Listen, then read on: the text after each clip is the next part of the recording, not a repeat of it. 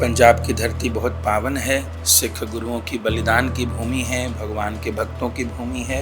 शिव शब्द का अर्थ होता है शाश्वत, शिव शब्द का अर्थ होता है कल्याण, शिव शब्द का अर्थ होता है ज्ञान। और शंकर भगवान अपने भक्तों को सुख, शांति और समृद्धि प्रदान करते हैं। त्रिदेव में भगवान की सृजन शक्ति, पालन शक्ति और संहार शक्ति ब्रह्मा, विष्णु, महेश आते हैं। उनको त्रिनेत्र भी कहा जाता है, क्योंकि उनके 3 नेत्र हैं। वर देते समय वे यही नहीं सोचते कि क्या देना है और क्या नहीं देना, बस भक्त की प्रेम के अधीन होकर के उसको कुछ भी दे डालते हैं। और भोले बाबा का एक नाम आशुतोष है।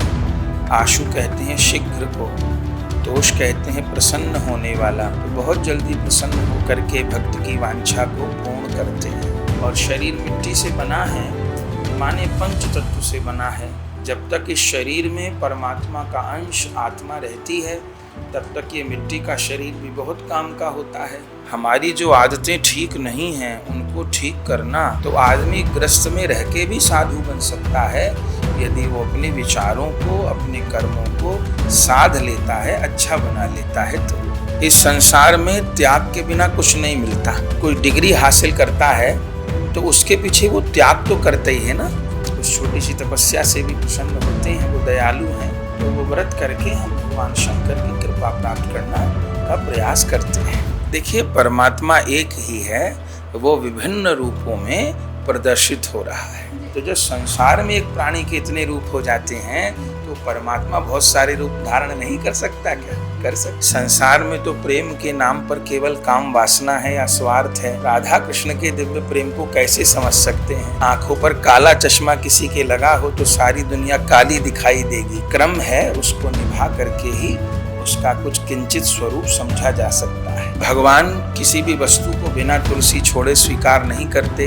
तो गले में तुलसी माला पहनना कि अब हम भगवान को समर्पित हो गए। अगर किसी को पति रूप में भगवान को स्वीकार करना है, वो प्रेम में डूब गया है, तो वो इन बातों को मंच पर नहीं कहेगा, संसार के आगे नहीं कहेगा।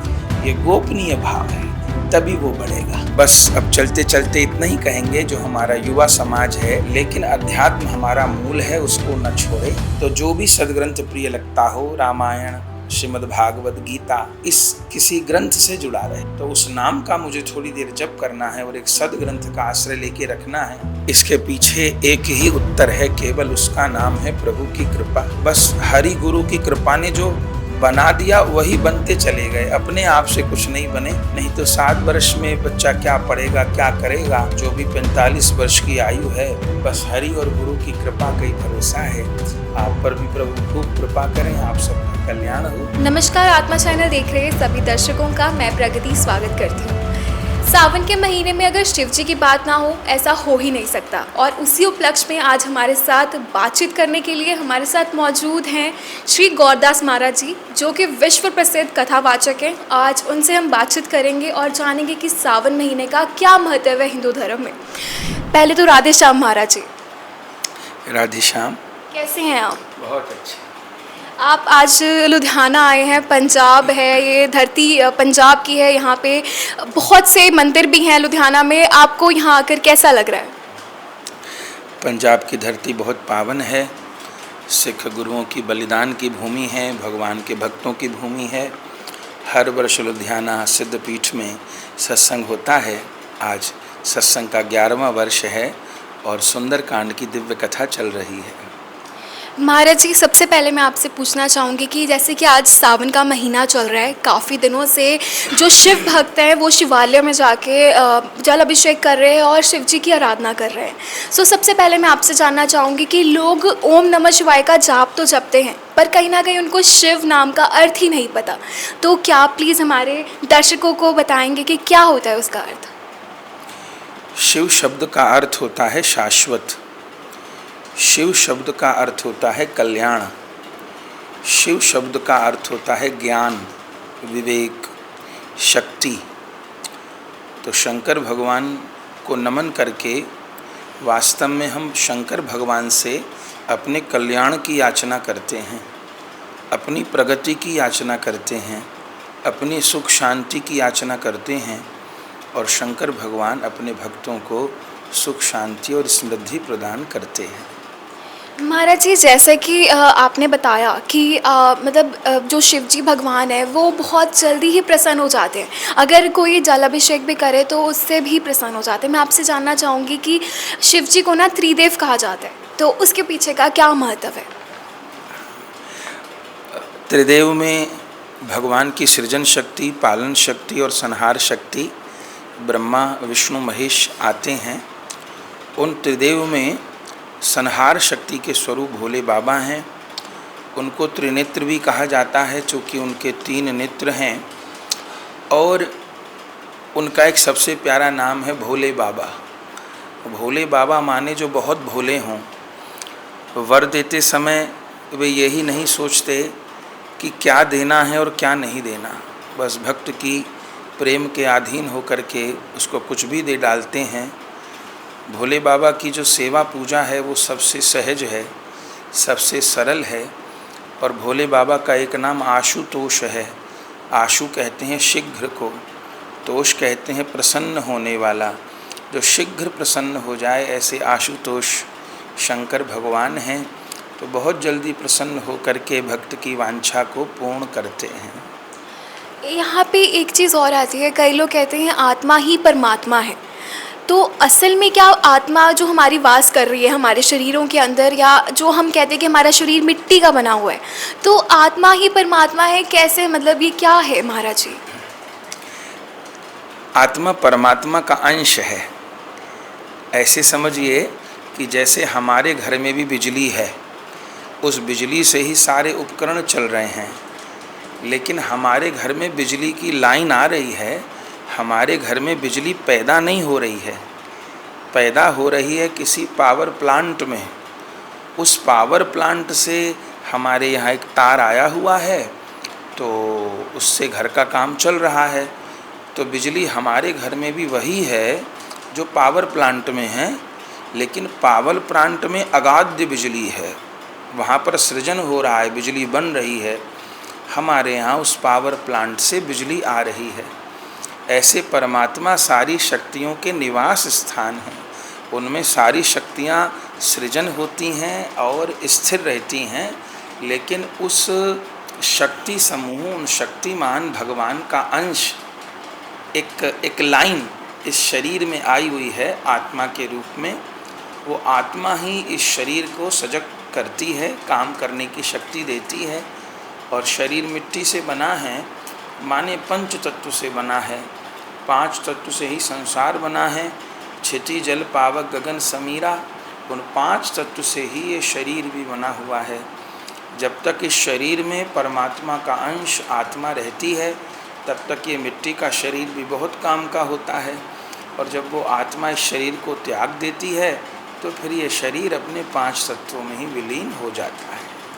महाराज जी, अगर बात की जाए सनातन धर्म में साधु या साध्वी बनने की, तो लोग कहते हैं बहुत ही कठिन मार्ग होता है कि इस मार्ग में आपको गृहस्थ छोड़कर एक सन्यासी का जीवन जीना पड़ता है, जिसमें बहुत सी कठिनाइयाँ होती हैं। बहुत से आपको ऐसे मार्ग भी मिलते हैं जहाँ पे आपको नहीं पता होता कि आपको कैसे चलना है। तो आपके हिसाब से जो लोगों की तरफ से ये एक कह लो र्यूमर बनाया गया है या एक स्टीरियोटाइप इन्होंने सेट किया हुआ है, तो आप उस पर क्या कहना चाहेंगे?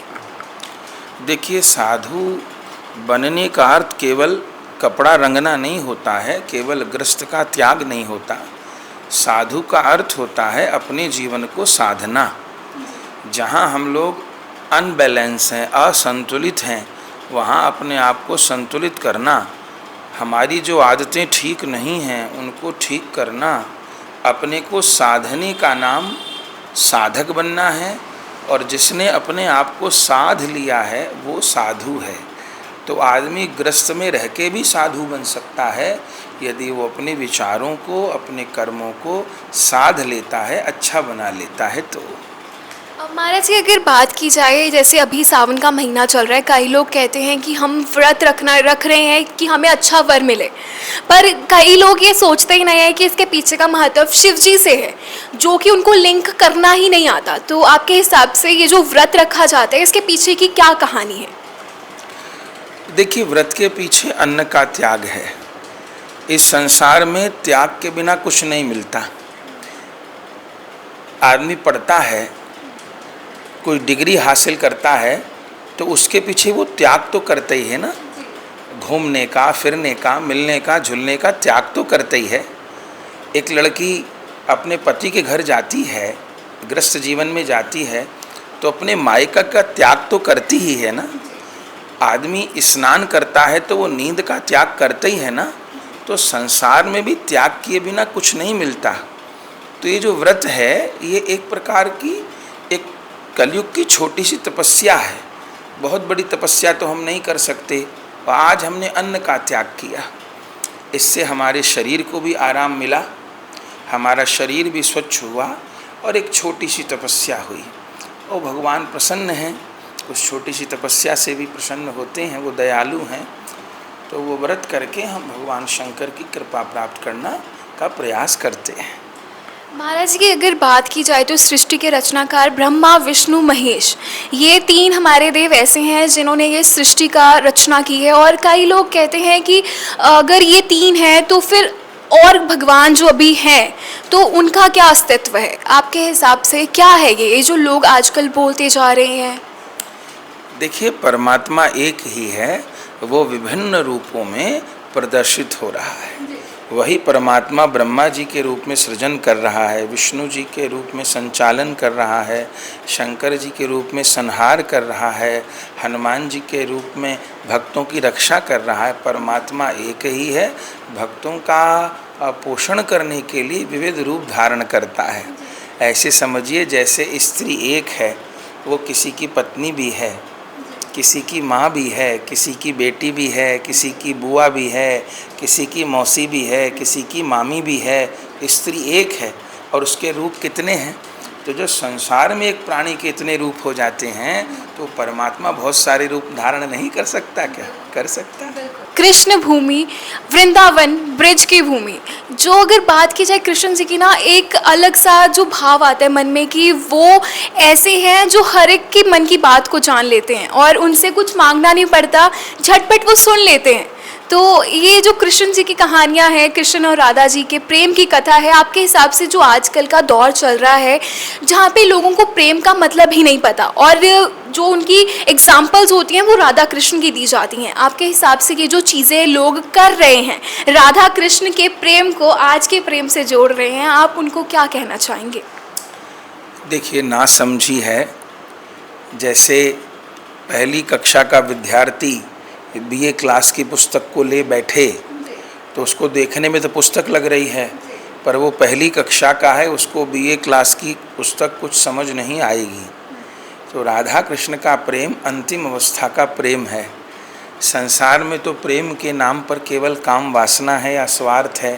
तो राधा कृष्ण के दिव्य प्रेम को कैसे समझ सकते हैं? आँखों पर काला चश्मा किसी के लगा हो तो सारी दुनिया काली दिखाई देगी।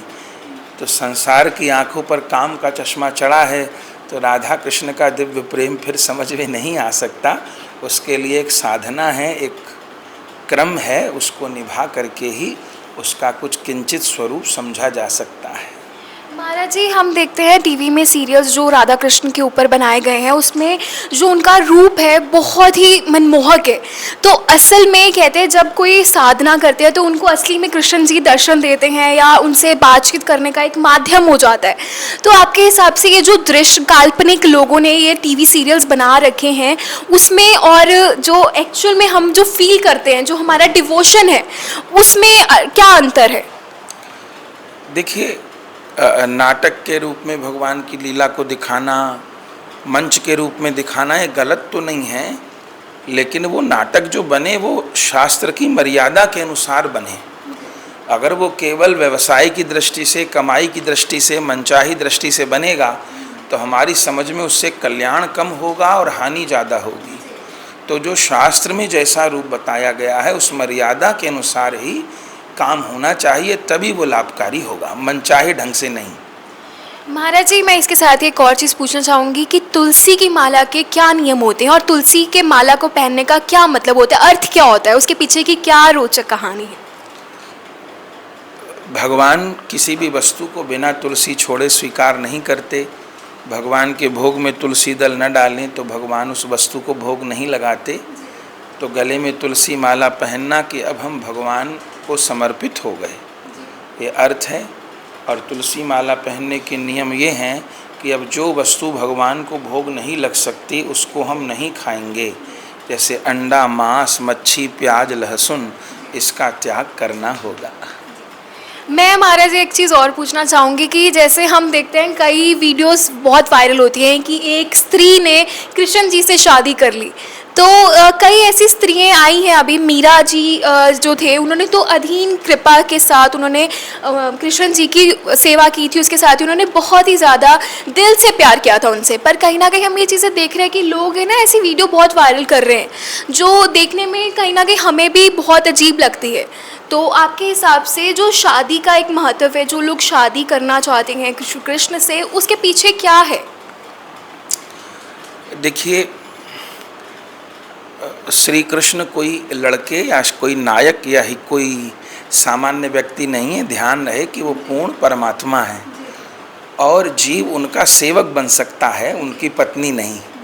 तो उनको स्वामी मान के मैं दासी हूँ, इस भाव से भजन करें। और भगवान के प्रति पति वाला भाव है तो ये नुमाइश की चीज़ नहीं है कि इसकी वीडियो बना करके डाली जाएगी। अगर किसी को पति रूप में भगवान को स्वीकार करना है, वो प्रेम में डूब गया है, तो वो इन बातों को मंच पर नहीं कहेगा, संसार के आगे नहीं कहेगा।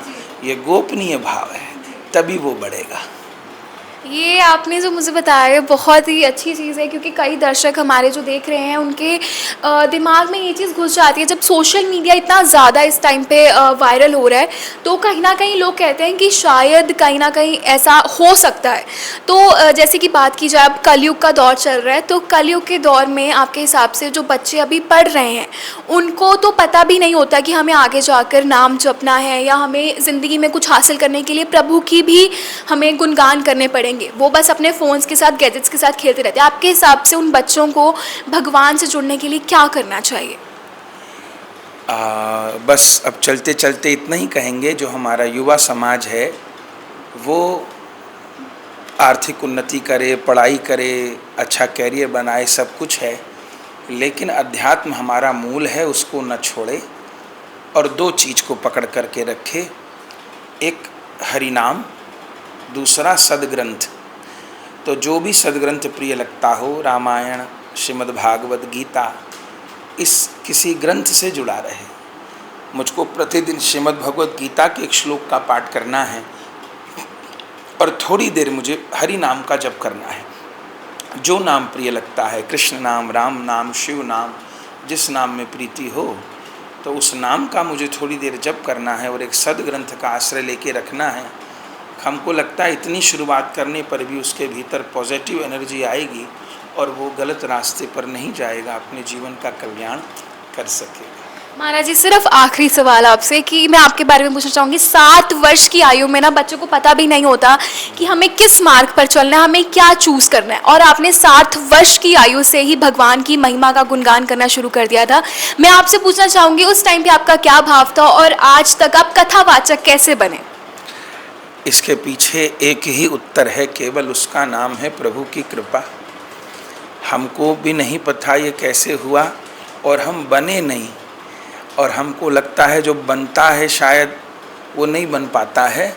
हम बने नहीं, बस हरि गुरु की कृपा ने जो बना दिया वही बनते चले गए, अपने आप से कुछ नहीं बने। बस इसका यही उत्तर है, प्रभु की कृपा। नहीं तो 7 वर्ष में बच्चा क्या पढ़ेगा, क्या करेगा।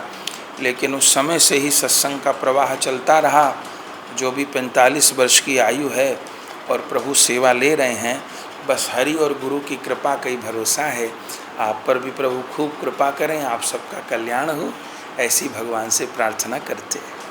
बहुत बहुत शुक्रिया महाराज जी कि आपने अपना कीमती समय हमें दिया और हमसे इतनी सारी अच्छी अच्छी बातें, और हमारे दर्शकों को भी शिव नाम और कृष्ण नाम से जुड़ने के लिए कहा। और आपसे बहुत बहुत मैं धन्यवाद कहूँगी, और आपका जो आपने बहुमूल्य समय हमें दिया, और ऐसे ही आपसे मुलाकात होती रहेगी। तब तक के लिए धन्यवाद।